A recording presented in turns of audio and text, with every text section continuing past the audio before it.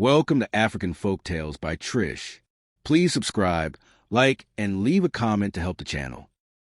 King Langa's eyes widened in shock as he turned to his wife, Queen Natasha, who sat beside him under the shade of a majestic tree. The air was thick with tension. "What do you mean by that?" King Langa asked, his voice laced with incredulity. Queen Natasha cleared her throat, her expression unreadable. "I'm saying you should travel to the next village and find a young maiden to bear us a child, an heir to the throne. Marry her, and once she gives birth, we'll compensate her and send her on her way." The king stared at his wife, aghast. "You can't be serious," he finally said, his voice trembling with disgust. What woman would agree to such a proposal? Carry a child for 9 months, only to give it up after forming a bond? And who would ever want to be a second wife? Queen Natasha's smile sent shivers down the king's spine. "She doesn't need to know I'm your wife," she said, her voice dripping with cunning. "The problem is, you're thinking about playing fair. But this isn't a game, Langa. The throne is at stake. You'll lose your kingship if we don't produce an heir." With that, she rose from her seat and walked away, leaving King Langa alone to grapple with the weight of her words. They had tried for years to conceive, but to no avail. The pressure to secure the throne's future had grown unbearable, and now his wife was proposing a solution that went against everything he believed in. King Langa followed his wife into their chambers, the soft glow of the setting sun casting a golden light on the intricate tapestries that adorned the walls. "I'll do it," King Langa said, his voice firm but laced with a hint of trepidation. "I'll find someone to marry and bear us children." Queen Natasha's face lit up with a radiant smile, her eyes sparkling with a mixture of excitement and cunning. But before she could respond, King Langa continued, his expression turning somber. "I hope you understand the gravity of the situation," he said, his voice low and measured. "It won't be easy for this woman to leave behind a child she's carried for 9 months, and it's unfair to deceive her into marrying me without revealing that I'm already married." Queen Natasha's smile never wavered as she reached out to cup King Langa's face. Her touch was cold, calculating, and sent shivers down the king's spine. "Don't worry, my king," she cooed, her voice dripping with honey. "Just follow the plan, and I'll take care of the rest. Remember, when you meet her, you must introduce me as your sister. She can't find out about us until after she's given birth to our child." King Langa nodded, though his eyes betrayed his uncertainty. He knew he had to do this to secure his throne, but the weight of his wife's words settled heavily on his conscience. He felt like he was trapped in a web of deceit with no escape. The following morning, King Langa set out on his journey, bound for a nearby village in search of a woman who would unwittingly become the key to securing his kingdom's future. Would he find a woman who would agree to his proposal? And what would be the cost of his deception? Only time would tell. Deep within the village of Azura, where the thatched roofs of the huts blended seamlessly into the rolling hills, lived a girl of unparalleled beauty, Tisha. Her beauty was the stuff of legends, a whispered rumor that spread like wildfire, drawing people from distant villages like moths to a flame. They would brave treacherous mountains, scorching deserts, and raging rivers, all for a glimpse of her ethereal loveliness. Tisha's days were filled with the gentle rhythms of village life. She'd wake with the sun, her dark hair a tangled mess, her bright eyes sparkling like stars. She'd help her father, Musa, with the daily chores, her slender hands moving with a quiet efficiency as she tended to their garden, cooked meals over an open flame, and drew water from the village well. The villagers adored Tisha, their faces creasing into warm smiles whenever she passed by. They'd offer her gifts, a basket of fresh fruit, a handmade necklace, or a woven basket, all in the hopes of catching her eye, of being the one she'd favor with a smile. Tisha lived with her father, Musa, a kind-eyed old man with a heart full of love for his daughter. He'd raised her on his own after her mother's passing immediately after childbirth. Musa's face would light up with pride whenever he looked at Tisha, his eyes shining with a deep affection. One morning, as Tisha cooked over an open flame, her father approached her with a spring in his step and a smile plastered on his face. "My daughter, the gods have remembered us," he said, his voice trembling with excitement, as he sat down on a stool beside her. Tisha's curiosity was piqued, and she sat down beside him, her eyes locked on his. "Baba, what is it?" she asked, her voice barely above a whisper. Moose's smile grew wider. "A king from a nearby village has come to our village. King Langa, his name is. He seeks a wife, and the village elders, including the king himself, have suggested you." Moose's eyes shone with pride, but Tisha's heart skipped a beat as she wondered where this unexpected turn of events would lead. Moose's eyes, warm with love and concern, locked onto his daughter's as he held her hands. "My dear, you don't have to marry him if you don't want to," he said, his voice filled with a deep affection. "All I want is for you to meet him, and if it's love, then you can marry him." Tisha's face broke into a gentle smile, her eyes sparkling with a mix of excitement and trepidation. "I understand, Baba," she said, her voice barely above a whisper. "I would love to meet him." Moose's face creased into a warm smile. "He's staying at the palace. You can see him later today," he said, his eyes never leaving his daughter's face. Meanwhile, King Langa sat in his assigned room, his mind racing with thoughts of the impending meeting. He had been welcomed warmly by King Azura, and the village elders had been courteous. But he couldn't shake off the feeling that this was all just a formality. He was convinced that Tisha would be just another village girl, naive and impressionable, with dreams of marrying a rich man who would take care of her. He thought to himself, this will be easy. Later that evening, King Langa made his way to the river, where he would meet Tisha. The sun was setting, casting a golden glow over the landscape. He couldn't wait to get this over and done with. As he waited, he heard the soft rustling of leaves, and then Tisha emerged from the trees, wearing a stunning Ankara dress that seemed to shimmer in the fading light. Her eyes were cast downward, and her hands were clasped together, betraying her nervousness. "Good evening, my king," she said, her voice barely above a whisper, as she curtsied low. King Langa's eyes widened, his heart racing like a wild stallion as he remained frozen, staring at Tisha. Tisha looked away shyly, her cheeks flushing with a delicate pink hue. Hi, how are you?" King Langa stammered, his voice barely above a whisper. He had never seen such mesmerizing beauty, and he felt like he'd been punched in the gut. "I'm well, my king," Tisha replied, her voice sending shivers down his spine. It was like music to his ears, a melodic sound that seemed to weave a spell around him. "She's perfect, too beautiful for my schemes," he whispered to himself, his mind reeling with the implications. He had come here with a plan to deceive and manipulate, but now he wasn't so sure. The two sat talking, laughing, and getting to know each other. The sun dipped below the horizon, casting a warm orange glow over the landscape. King Langa felt himself getting lost in Tisha's eyes, forgetting about his plans, his throne, and his kingdom. "I will be heading back to my village the following week, and I would really love to marry you before that," the king said, his voice filled with a sense of urgency. Tisha was taken aback, her eyes widening in surprise. "Why so fast, my king?" she asked, her voice laced with a hint of caution. King Langa leaned in, his eyes burning with intensity. "Well, I'm a grown man, and I know exactly what I want. And that's you. So why waste time?" he said, his voice low and persuasive. Tisha remained quiet, her mind racing with doubts and uncertainties. It was too early for that. They had just met.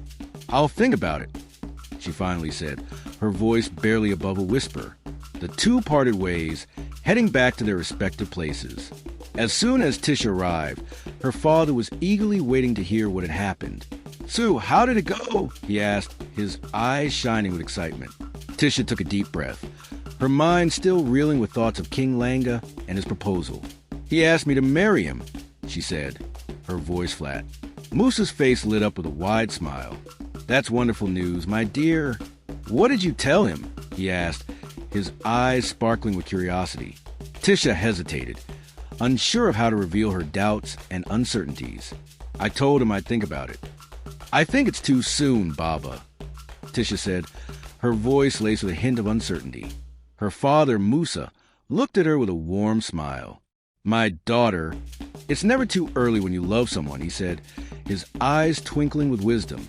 "Marriages may break, even if you marry after 10 years of dating. So, it's never about time, but intentions and what you both feel for each other. Tell me, what do you think of him?"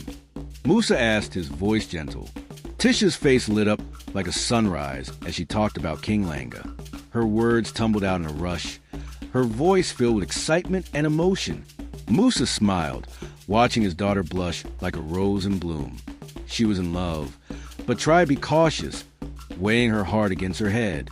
I think he's a good man, Tisha said, her voice barely above a whisper. And I think I love him. I know I sound crazy, but I'm considering marrying him. Musa's face creased into a warm smile. Yes, my daughter. I am in full support of you, he said, his voice filled with happiness. Meanwhile, King Langa lay in bed, his mind racing with thoughts of Tisha. She was beautiful, more beautiful than his wife, and very obedient. But it was more than that. She had sparked something within him, a feeling he had never experienced before. I might just officially make her my second wife, he thought to himself, a sly smile spreading across his face. I can't let her go. She made me feel what I've never felt before, not forgetting how she was genuinely interested in getting to know me beyond being a king. King Langa's thoughts were a jumble of emotions, his heart and mind at war. He knew he had to make a decision, one that would change the course of his life forever.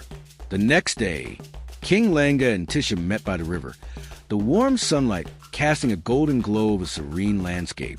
King Langa's eyes sparkled with anticipation as he asked, So, have you thought about my proposal?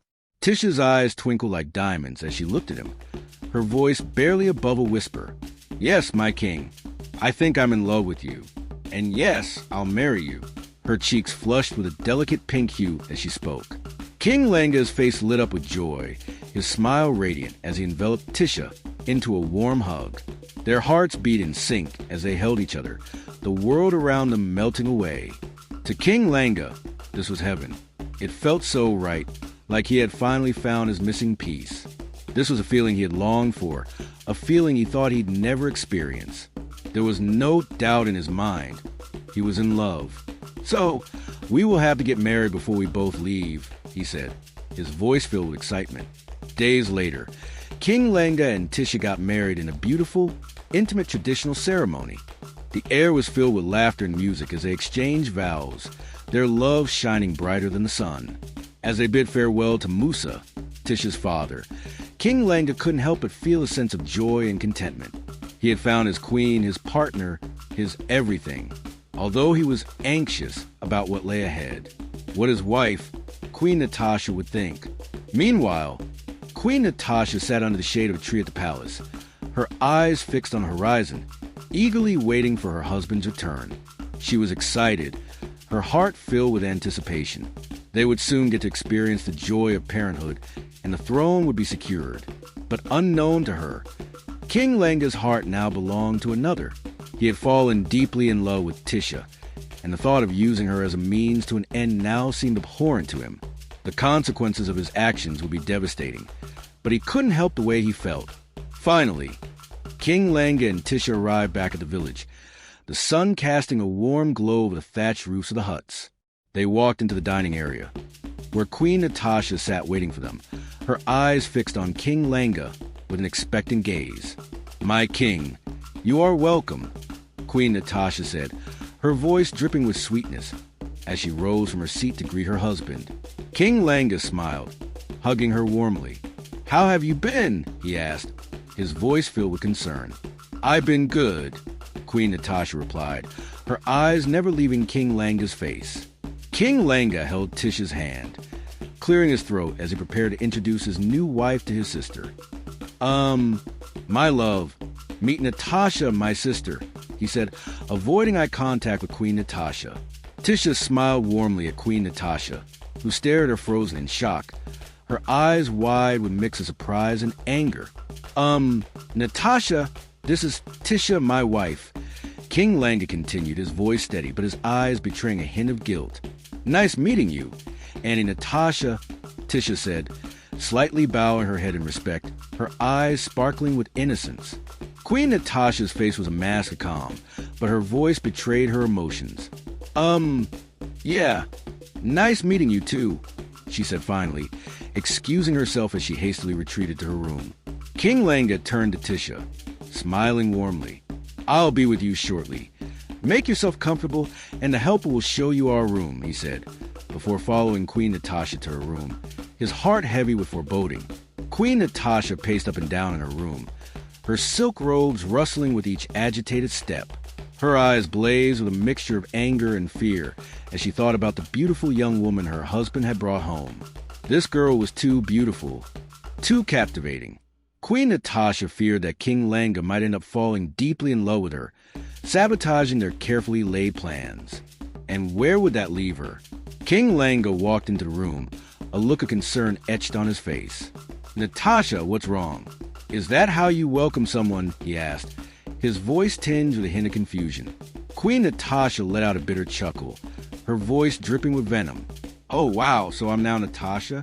What happened to the pet names you used to call me with? Or are you saving them for your new wife?" she spat, her eyes flashing with anger. King Langa looked at her, surprised by her outburst. "What do you mean? You know I couldn't use pet names when calling you, or she might find out about our lie," he said, his voice calm and reasoning. Queen Natasha's face twisted in a scowl. "Did you really have to find someone that beautiful? What happens when you fall in love with her? We agreed to find nobody, a village girl who wouldn't pose a threat to our plan. But you went and did the opposite. She's beautiful, intelligent, and charming. I know you'll fall for her. This won't work. You better return her," Queen Natasha yelled, her voice echoing off the walls. King Langa stared at her, wondering if it was obvious that Tisha had already stolen his heart. He felt a pang of guilt, knowing that it deceived his wife, and now he was torn between his duty and his feelings. "I won't take her back," King Langa said calmly, his voice firm but gentle. "You planned this, it was your idea, and we're going to see it through."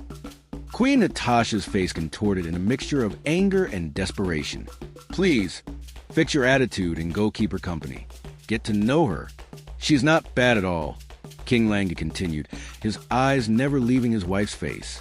Queen Natasha's eyes flashed with tears, her voice trembling with emotion. "You've already fallen for her, and I can see that. Just remember, nothing and no one can take my place.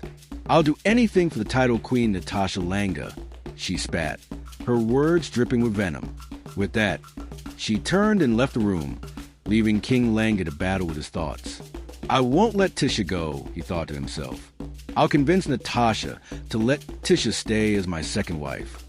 Meanwhile, Queen Natasha walked into Tisha's room, a fake smile plastered on her face. "Auntie," Tisha said, smiling warmly, as she gestured for Queen Natasha to take a seat. Queen Natasha's eyes narrowed slightly as she sat down, her gaze sweeping over Tisha's face. "I just want to check if you've settled in. And if you need anything," she said, her voice dripping with sweetness. Tisha smiled, her eyes sparkling with warmth. "No, Auntie, I'm settled." "Thank you," she replied, her voice filled with gratitude. The two women sat in silence for a moment, the only sound the soft rustling of the wind outside. Then they began to talk, exchanging stories and laughter, getting to know each other. But beneath the surface, Queen Natasha's mind was racing with schemes and plans, her heart burning with jealousy and resentment. Days turned into months, and Tisha's belly swelled with the promise of new life. King Langa and Natasha were overjoyed, their faces creasing into wide smiles whenever they looked at Tisha. They treated her with nothing but love and care, showering her with attention and affection. Tisha, oblivious to the undercurrents of tension, basked in the warmth of their love. She was grateful for Natasha's kindness, never once suspecting that her sister-in-law, seething with jealousy and resentment beneath her smiling facade. Natasha quietly observed the way King Langa looked at Tisha, his eyes burning with love and adoration he had never shown her. She watched as he spent hours with Tisha, laughing and talking about nothing in particular, their joy infectious and palpable. It was all in her eyes, the way she looked at King Langa with a mixture of longing and desperation. She knew she had lost her man, and she had to come up with a plan to reclaim him. One early morning, Natasha slipped out of the palace, making her way to the village's old witch, who lived in the mountains. The air was crisp and cool. The sun just started to rise over the horizon. Natasha sat before the old witch, her eyes blazing with determination. "He has fallen for her," she spat, her voice venomous. "I want her dead." The old witch nodded, her eyes glinting with a knowing light. She began to chant, her voice booming and echoing off the mountainside. But then her expression changed, her eyes narrowing as she gazed into the unknown. "She is protected," the old witch said, her voice dripping with a sense of awe. "Her ancestors are strong. She cannot be killed." Queen Natasha's face twisted in a scowl, her eyes blazing with desperation. "Please do something," she pleaded, her voice cracking with emotion. "There has to be something else." The old witch stared into Natasha's eyes, her gaze piercing and unnerving. "I can place a curse on her, turn her into a snake, but..." Before she could finish, Natasha cut her off, her voice trembling with desperation. "Yes, do it. Do it, please. Turn her into a snake?" Natasha begged, her eyes blazing with unholy intensity. The old witch stared at her for a moment, her expression unreadable. Then, with a slow nod, she began to chant, her voice weaving a dark and sinister spell. She handed Natasha a small bottle, its contents glowing with an eerie light. "Put a drop of this in her drink.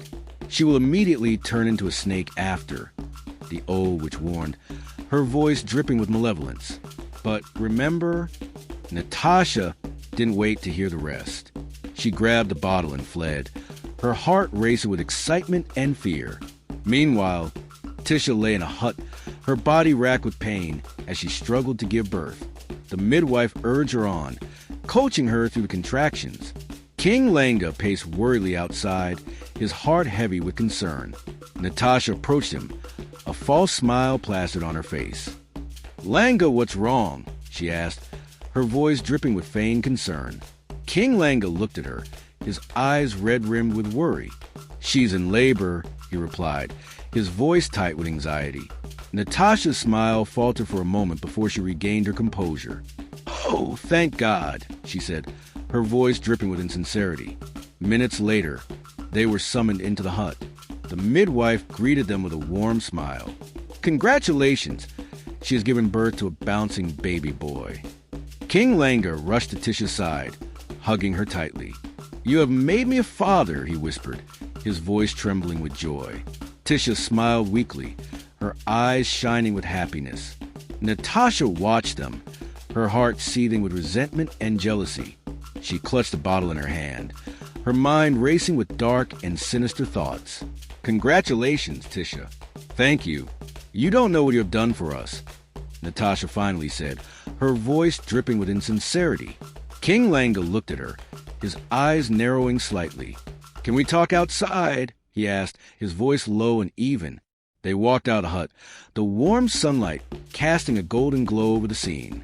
Before King Langa could say anything, Natasha began, her voice cold and calculating. "I hope you haven't forgotten about the plan. You better tell her now and send her away before she bonds with my child," she said, her eyes glinting with malice. King Langa cleared his throat, his voice firm. "That's what I want to talk to you about. I love her. I love you too, but I want her. She can be my second wife. I mean, I married her already. I just want us to be on the same page."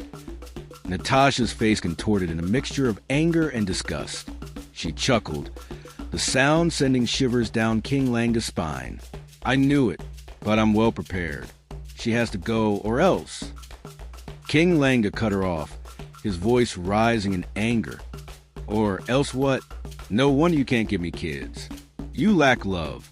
You are an evil woman. I don't want you raising my child when the mother is there. It's either you stay or leave, but Tisha is not going anywhere." Natasha's face twisted in a scowl, her eyes blazing with fury. She smirked, her voice dripping with venom. "I'll leave first thing tomorrow morning." With that, she turned and walked away, her footsteps echoing through the silence. King Langa watched her go, his heart heavy with guilt. He was hurting her, but she would get over it and accept Tisha. King Langa spent the day basking in the joy of his new family, his heart overflowing with love and contentment. He played with his son, Kofi, and cherished every moment with Tisha, his beautiful wife. As the day drew to a close, Tisha looked up at him with a gentle smile. "Could I please see Aunt Natasha before I sleep?" We never really talked today." King Langa hesitated, his heart heavy with a sense of foreboding, but he nodded, not wanting to arouse Tisha's suspicions. "I'll call her. Good night," he said, kissing her on the cheek. Traditionally, he wasn't supposed to share a bed with Tisha until the baby was at least 3 months old. Natasha walked in as King Langa excused himself, her eyes gleaming with a sinister light. Tisha smiled warmly as Natasha held Kofi in her arms. "He's so handsome," she whispered, her eyes shining with love. Natasha's voice was warm and honeyed. "Thank you, Tisha." Tisha nodded, her eyes welling up with tears. She was glad to have brought joy into the palace, an heir to the throne. Natasha's smile grew wider. "I'll get you something to eat. Kofi needs you strong and well." She brought food and a drink, and Tisha dug into it, unaware of the sinister intentions lurking beneath Natasha's warm smile. As soon as Tisha finished eating, she fell onto her bed, her body beginning to contort and twist, her limbs elongated, her skin turning a scaly green. She let out a blood-curdling scream as she transformed into a huge snake.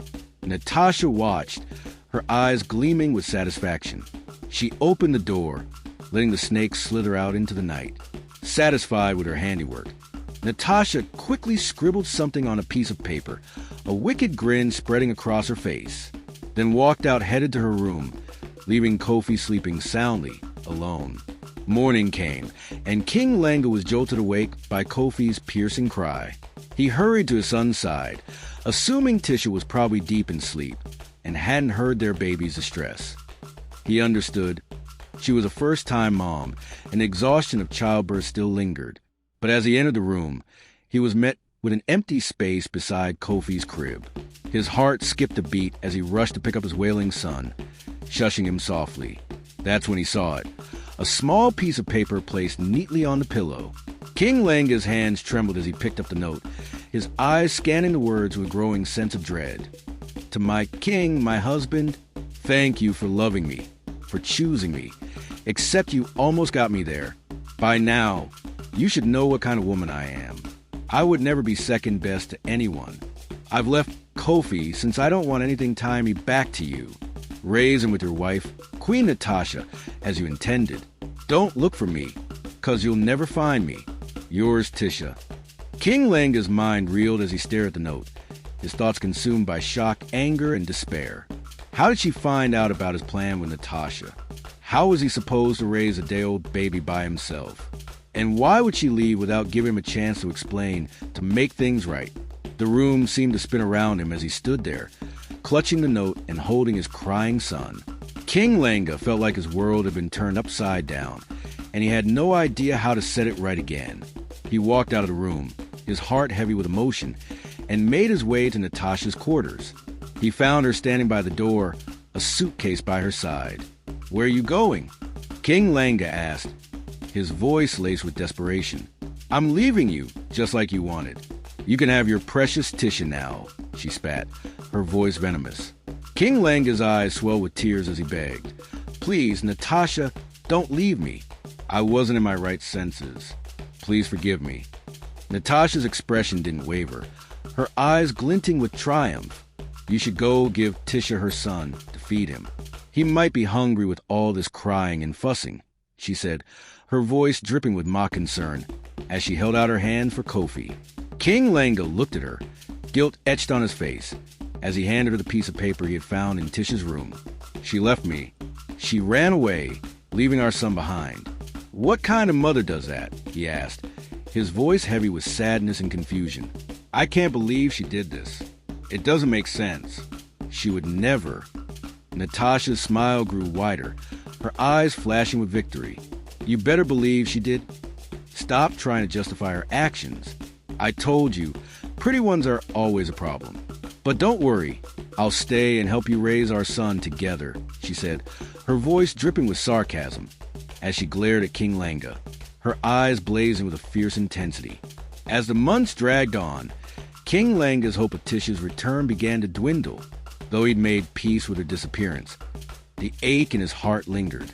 His son, Kofi, however, brought him immense joy. Queen Natasha had been taking good care of him, and King Langa was grateful for her devotion. One day, years later, King Langa and Kofi ventured into the forest, embarking on a hunting trip. As they walked, they engaged in a light-hearted conversation, their bond growing stronger with each passing moment. Kofi's curiosity and intelligence fascinated King Langa, and he reveled in the time they spent together. Suddenly, a massive green snake slithered into their path, its body gliding effortlessly across the forest floor. King Langa instinctively drew his sword, ready to strike. But Kofi's voice halted him. "No, Baba, don't," Kofi exclaimed. "Let it pass. It won't attack unless we provoke it." King Langa hesitated, then stepped back, allowing the snake to disappear into the underbrush. "You were right," he said, smiling at his son's wisdom. Kofi beamed with pride. "How did you know?" King Langa asked, curiosity getting the better of him. Kofi's face lit up. "I read about it online. I love researching animals." King Langa chuckled, impressed by his son's thirst for knowledge. As they arrived at the palace, Queen Natasha greeted them with a warm smile. "I prepared some snacks for you. Why don't you go sit by the tree and eat?" she suggested. "Please join us, Mama," Kofi requested, and Queen Natasha nodded, sitting down beside them. As they snacked and chatted, Kofi exclaimed, "Mama, we saw a huge green snake in the forest, and I saved Daddy from it." Queen Natasha's expression froze, her eyes flashing with a mixture of fear and concern. A green snake? Could it be? She pushed the thought aside, forcing a smile. "You're a brave boy, my child," she said, trying to sound calm. The days that followed were peaceful, with no signs of trouble. But one morning, King Langa was jolted awake by a loud, piercing cry. He sat up, rubbing his eyes, and turned to Queen Natasha. "Who could it be this early in the morning?" he asked, his voice groggy. Queen Natasha shrugged. "Let's go see. It might be someone from the village." They threw on some clothes and rushed out, following the sound of the palace gate. There, they found a massive green snake, its body coiled on the ground, its eyes streaming with tears. Queen Natasha's eyes widened in terror. "It's the one crying," she whispered. King Langa's mind racing. He tried to stay calm. "It's the same snake we met the other day," he said, his eyes locked on the snake. "Why is it crying like a human?" The snake's anguish seemed almost human, and King Langa felt a shiver run down his spine.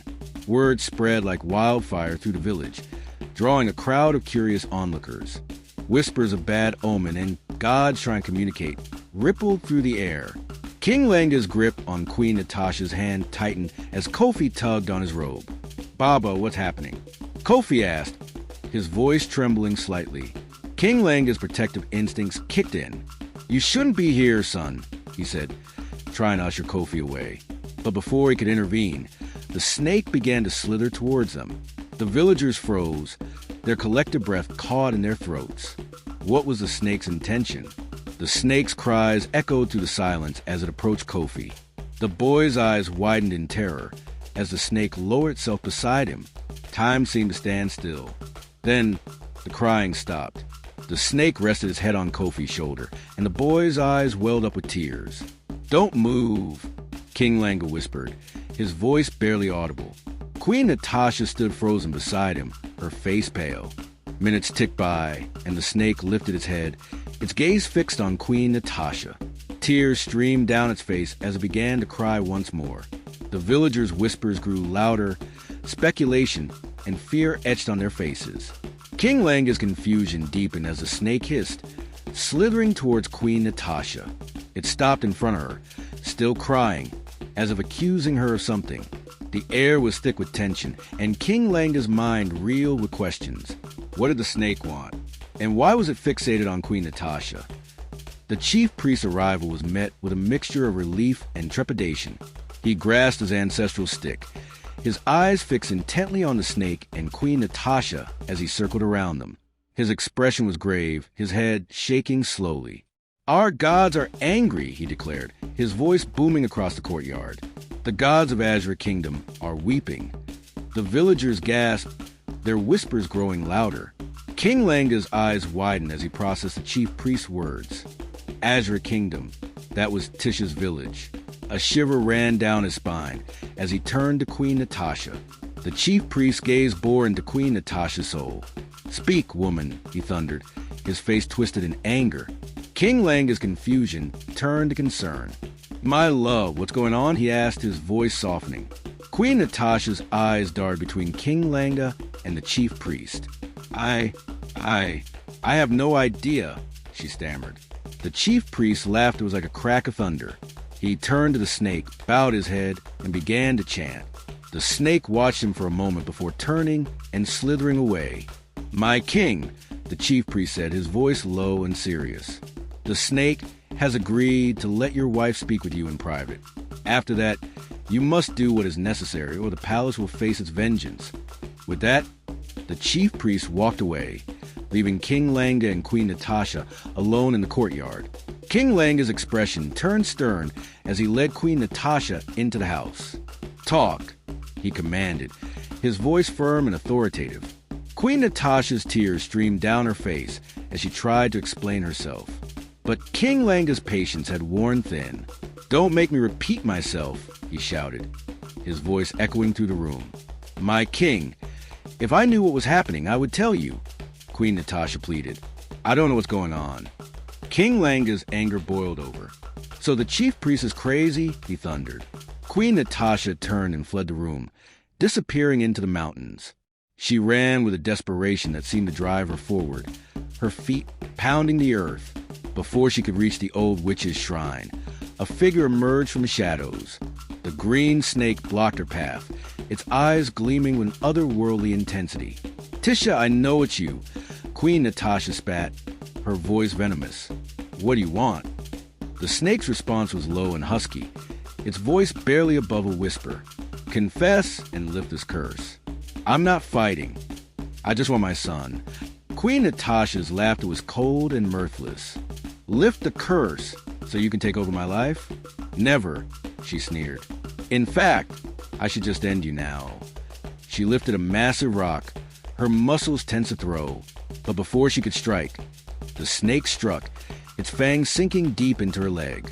"Confess or you will die of my venom," the snake hissed, its body slithering away into the underbrush. Queen Natasha collapsed to the ground, her leg throbbing in agony. The venom coursed through her veins, her skin burning and rotting. She screamed in pain, her body convulsing.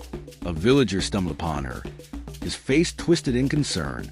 He scooped her up, carrying her back to the palace, where King Langa waited, unaware of the horror that was unfolding. The villager stood before King Langa, his expression somber. "I found her in the mountains," he said, his voice low. King Langa's face fell, his eyes clouding with worry. He instructed his guards to call for the chief priest, hoping against hope that Queen Natasha could be saved. The chief priest arrived, his hands moving swiftly as he mixed his herbs and applied them to Queen Natasha's wounds. His expression was grave, his voice filled with a deep sadness. "Unfortunately, I can't help her," he said, his eyes locked on Queen Natasha's face. "Only the snake can, but she has to confess first." Queen Natasha's eyes snapped open, and she sat up with a jolt, her body screaming in agony. "I'm sorry," she wailed, tears streaming down her face. "I'll confess. Forgive me, Tisha." Her words tumbled out in a rush, her voice cracking with emotion. "I fed her something to turn into a snake. That green snake is Tisha. Forgive me, my husband." King Langa's eyes widened in shock, his mind reeling with the revelation. Before he could process the truth, the snake appeared, its body beginning to transform. Tisha stood before them, her beauty unchanged despite her ordeal.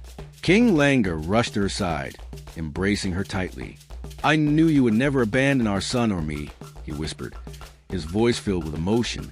A soft voice broke the silence, and Tisha turned to see Kofi standing behind her, his face etched with tears. They hugged, their bond stronger than ever. "I heard everything," Kofi said, his voice trembling. Tisha held him close, feeling a sense of peace wash over her as she wrapped her arms around her son. Tisha's expression softened as she gazed at Queen Natasha. "Help me, Tisha," Queen Natasha whispered, her voice barely audible. Tisha's kindness won out, and she kneeled beside Queen Natasha, applying a soothing herbal remedy to her wounds. "Rest, you'll be fine," she said, her voice gentle. King Langa watched, mesmerized by the woman he had once thought he'd lost. He remembered the soft voice that had captured his heart, her kind nature and gentle spirit. Days passed, and they traveled to the village of Azra, where a ritual was performed to seek forgiveness from Tisha's ancestors. The air was thick with emotion as they prayed for healing and reconciliation. Upon their return, Queen Natasha's fate was sealed. She was chased from the village, her crimes unforgiven. King Langa, Tisha, and their son Kofi, however, lived happily ever after, their bond stronger than ever. The kingdom prospered under their rule, and peace reigned supreme. Thank you for watching.